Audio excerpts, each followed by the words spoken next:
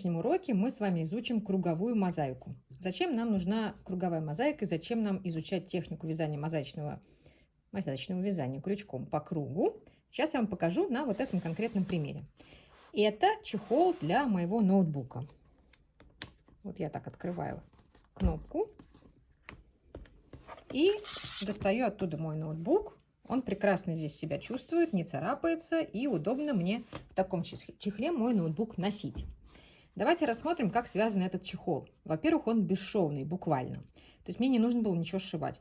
Мы вяжем по кругу, плюс у него вот это донышко, мы с него начинаем вязать, соответственно, здесь тоже ничего сшивать не надо, оно образуется само собой. Очень удобно, согласитесь.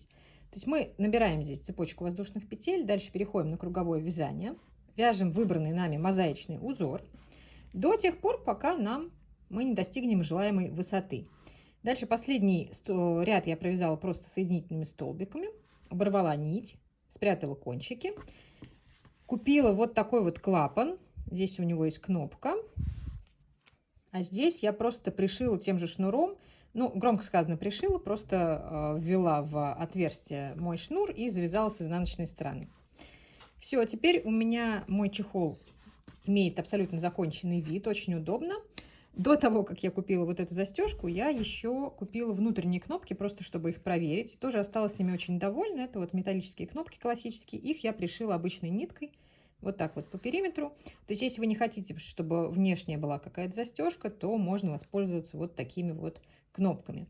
И получился очень прикольный и удобный чехол для ноутбука. Для чего еще может подойти круговая мозаика? Для всего, чего вы хотели бы, чтобы эта вещь была бесшовный и связаны по кругу. Ну, прежде всего на ум приходит, конечно, наволочка для подушек. Вы много видели наволочек для подушки у меня в Инстаграме. Все их я вяжу одним и тем же способом. То есть я начинаю набор вот здесь вот воздушных петель и дальше перехожу на круговое вязание. Куда деваются нити, которые не используются в данном ряду? Сейчас я вам покажу. Они переплетаются на шве. Вот. Поскольку в данном случае чехол связан из хлопкового шнура, он довольно толстый, я вязала, по-моему, 5 крючком или даже 5,5, то вот здесь вот виден этот шов, просто переплетаются нити. Да? То есть, когда мы в обрывной мозаике просто обрезаем нить, здесь нам обрезать ничего не нужно, мы просто ее бросаем, вяжем ряд нужным цветом, потом перекрещиваем нити, предыдущий ряд бросаем и вяжем уже новой нитью. Соответственно, круговая мозаика как раз для тех, кто не любит обрывать нить. Здесь ничего не нужно будет обрывать. Вы сможете, если что-то, распустить, и пряжа у вас останется в неизменном виде. Теперь давайте изучим сам принцип мозаики на примере нашего геометрического рисунка. Мы его с вами изучали в прошлом уроке. Помните, мы вязали вот его на обрывной мозаике. А сейчас мы попробуем уложить ее в круговую. Для круговой мозаики важно уложить орнамент целиком, да, то есть чтобы у нас на шве не было неприятных стыков, когда мы половину орнамента довязали и дальше начинаем сразу новый, чтобы у нас не терялся рисунок, чтобы он был непрерывный по всей окружности. Для этого нам нужно знать раппорт. В прошлом уроке мы с вами разбирали, что такое раппорт. Я повторю, что раппорт – это участок, отрезок рисунка, который дальше повторяется в неизменном виде. В данной схеме мы с вами считали, что раппорт 12 петель. Давайте еще раз посмотрим. То есть вот у нас начинается рисунок с такого вот отрезка. Нам нужно найти, где в этом ряду еще раз рисунок начинается с такого же отрезка. Вот. То есть вот у нас первая фигура, и вот она же снова начинается. Это значит, что раппорт конкретно этого рисунка равен 12 в данном случае петлям. То есть вот этот вот отрезок у нас повторяется каждый раз. Соответственно, мы запоминаем цифру 12, число 12, и дальше умножаем это число на нужное количество раз увеличиваем, в зависимости от того, какой ширины нам нужно с вами полотно. Для примера, допустим, мы с вами возьмем 2 раппорта, то есть 24 петли. Ровно столько нам и нужно с вами набрать.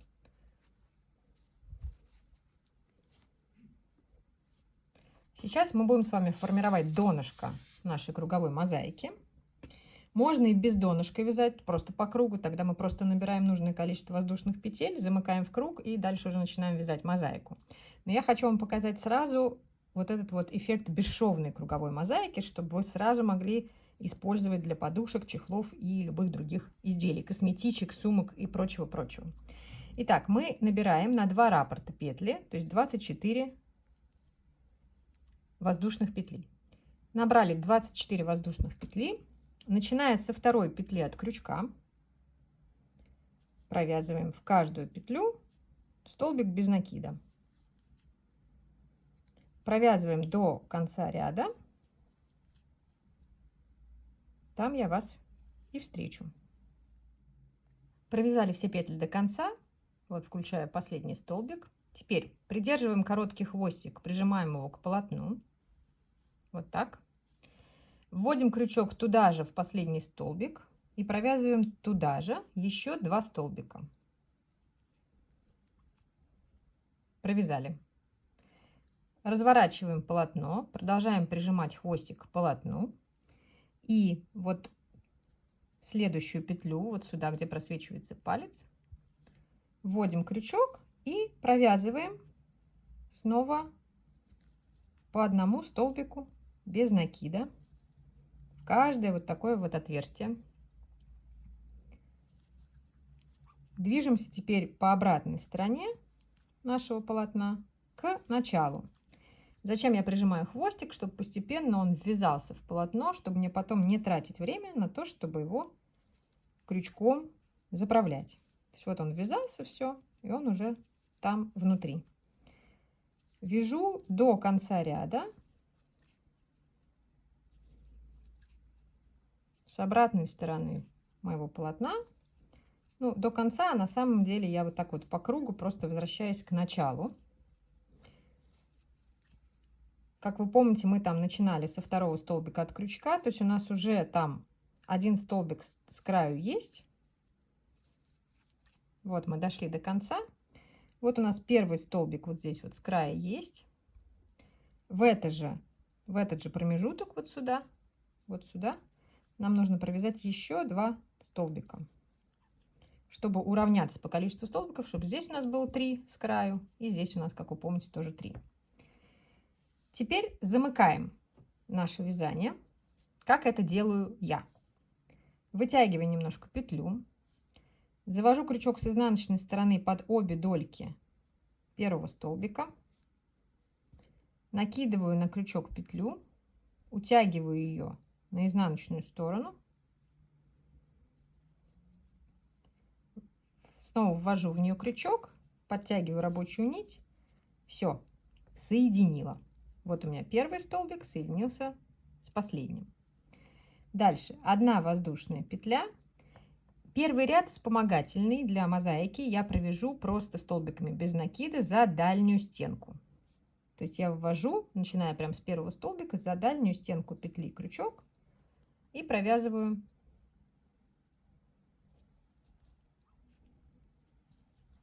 столбики без накида.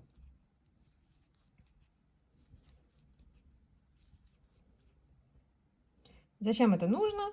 Затем, что, как мы с вами уже знаем, мозаичное вязание основывается на длинных столбиках, на столбиках с накидом, которые опущены на предыдущий ряд такого же цвета. И чтобы их туда опустить, чтобы за что-то зацепиться и их провязать, нам нужны вот эти вот горизонтальные перемычки, которые как раз и образуются, когда мы провязываем столбики не за обе дольки, а только за дальнюю стенку. Я провязываю в каждую петлю, в том числе и в петли, которые вот у меня сформировались на повороте. Вот столбики за дальнюю стенку. То есть, видите, я просто следую за полотном, просто повернулась вместе с ним. Из-за того, что прибавок никаких я здесь не делаю, то есть, по сути, мы сделали с вами просто в начальном ряду прибавки с обеих сторон. Вот когда мы провязали там по несколько столбиков с 2 боков, теперь я прибавок никаких уже не делаю, у меня полотно само собой начнет подниматься. И вот это вот необходимое нам донышко снизу, оно за счет этого и сформируется. Вот мы провязываем ряд. Здесь важно не провязать лишнего, поэтому если вас тяжело ориентироваться, где первый столбик, а где последний, то можно использовать маркеры. Ну, здесь вот хорошо видно, что вот в этом ряду осталась раз петля и 2 петля. Вот здесь первый столбик, вот он. Вот эта вот воздушная петля была. Вот у нас первый столбик. Но, опять же, для более четкого видения нужно либо считать петли каждый раз, и чтобы удостовериться, что ничего вы лишнего не провязали или, наоборот, не довязали, либо вешать на первый столбик маркер. Провязываем 2 последних петли. Соединяем точно так же. Вводим крючок под обе дольки первого столбика. Утягиваем петлю на изнаночную сторону. Все, затянули. Теперь на этом этапе нужно удостовериться, что мы имеем нужное количество петель, кратное нашему раппорту. Потому что если уже здесь ошибка, то потом раппорт у нас не сойдется. Как вы помните, мы набирали на 2 раппорта, то есть 24 петли. Здесь в итоге должно быть у нас 48 петель. Давайте посчитаем.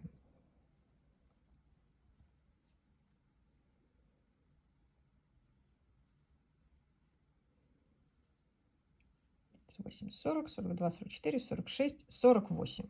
Все. То есть если здесь число получилось другое, то, повторю, используем маркеры, считаем и четко себя контролируем при соединении ряда. Итак, все у нас, значит, в порядке. Для мозаичного вязания нам нужно ввести второй цвет, поэтому мы сейчас здесь провяжем еще один ряд контрастным цветом. Для этого мы воздушную петлю сделаем уже этим контрастным цветом. Предыдущий цвет бросим. И контрастным цветом, начиная с первой петли, мы провяжем целый ряд столбиком без накида за дальнюю стенку. Как видите, я снова придерживаю хвостик, чтобы его ввязать. Итак, провязываем целый ряд контрастным цветом, соединяем этот ряд, и я вас жду вот здесь. Давайте здесь еще проконтролируем момент соединения. Вот у меня последняя петля. Вот первая петля этого ряда. Я ввожу крючок с изнанки под обе дольки. Так, пока ввела только под одну. Вот ввела под обе. Накидываю петлю и утягиваю ее назад. Подтягиваю нить.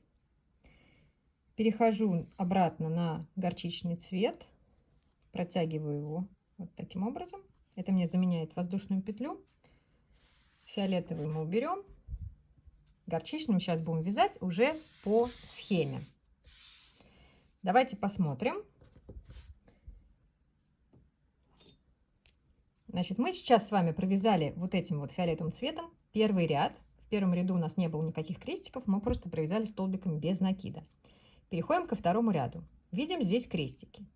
1, 2, 3 без накида, 1 с накидом, 3 без накида, 1 с накидом и так далее. Так мы и вяжем. Начинаем с первого же столбика. 3 столбика без накида, 1 с накидом. Четко сопоставляем наши вот здесь вот петли. Эта петля относится к первому столбику, это ко второму, это к третьему. Значит, вот в четвертую петлю опускаем столбик с накидом, чтобы у нас не перекосился рисунок. Петлю за ним пропускаем. Дальше опять 3 столбика без накида. Снова 1, 2, 3, четвертую. Вот четвертую провязываем столбик с накидом. И так вяжем на протяжении всего ряда, проверяя. 1, 2, 3, 4. Вот сюда. Проверяя, чтобы мы опустили наш столбик с накидом в нужное место. Это важно. 1, 2, 3, 4. Вот сюда. Вяжем до конца ряда. Мы дошли почти до конца ряда. Вот я вяжу 3 столбика. Четвертый. Вот особенно на поворотах, да, важно внимательно опустить туда, куда нужно. 1, 2, 3, 4. Вот сюда. Все, у нас петель не осталось, мы соединяем и заодно контролируем себя. То есть вот мы сейчас соединим ряд, сойдется ли у нас рисунок. Сойдется, потому что вот у нас 3 петли. Мы же вязали с вами один высокий столбик через 3 коротких. Вот мы связали последний высокий, и вот у нас осталось 3 коротких. То есть рисунок сходится, все в порядке. Если не сходится, нужно проверить, не допустили ли вы где-то ошибку, нужно ли количество петель в ряду, по-прежнему ли их столько, сколько вы получили, когда соединили первый ряд. Напоминаю, что количество петель должно быть кратно раппорту. В нашем случае кратно 12. Вот у нас уже загнулось наше полотно. Вот наше начало бесшовное. И вот мы сейчас будем продолжать вязать по кругу. Соединили, горчицу оставили, фиолетовый протянули через нить. И переходим к следующему ряду, так же, как мы с вами вязали в прошлом уроке. У нас сейчас 3-й ряд, соответственно, мы здесь смотрим. Обратите внимание, да, мы вяжем по кругу, поэтому на кромочные вот эти мы не обращаем внимания. Кромочные нам нужны, когда мы вяжем прямую мозаику. Поэтому здесь я смотрю прямо вот с рисунком. 1, 2 коротких столбика, 1 с накидом. Короткий с накидом. 3 коротких с накидом. Давайте попробуем провязать. Горчицу я бросаю. Итак, с первого же столбика мы провязываем 2 столбика без накида, 1 с накидом, 1 без накида, вот здесь, да, 1 с накидом. Дальше 3 у нас вот здесь вот без накида.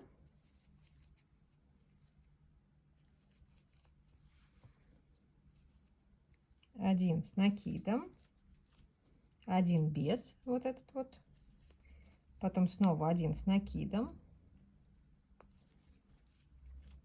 дальше по схеме 3 без накида,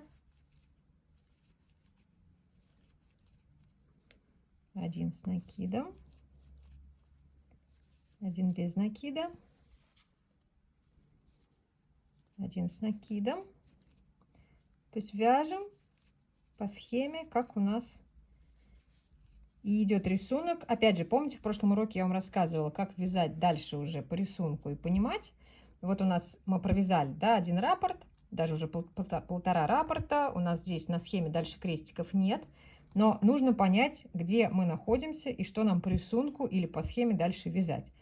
То есть вот мы провязали сейчас вот эти 2 столбика, вот они у нас. Это, по сути, эта часть, да, это начало нашего раппорта. Значит, мы смотрим, если мы сейчас этот столбик провязали, вот он на схеме в начале, значит, опять смотрим 1, 2, 3 без накида, 1 с накидом, 1 без, 1 с накидом и так далее. 1, 2, 3 как раз сделали. 1 с накидом, 1 без, 1 с накидом. Переходим на угол. Снова здесь 3 столбика без накида, 1 с накидом, 1 без накида, 1 с накидом. Опять 3 столбика коротких, 1 глубокий, 1 без накида, 1 глубокий. То есть вы увидите, как на ваших глазах получается настоящая магия. Почувствуйте себя волшебницей или волшебником. И вы начнете видеть, как рисунок будет формироваться буквально вот от ряда к ряду. Так, дошли до конца почти. Провяжем здесь столбик 1 без накида, еще 1 столбик с накидом. Сейчас опять себя проконтролируем.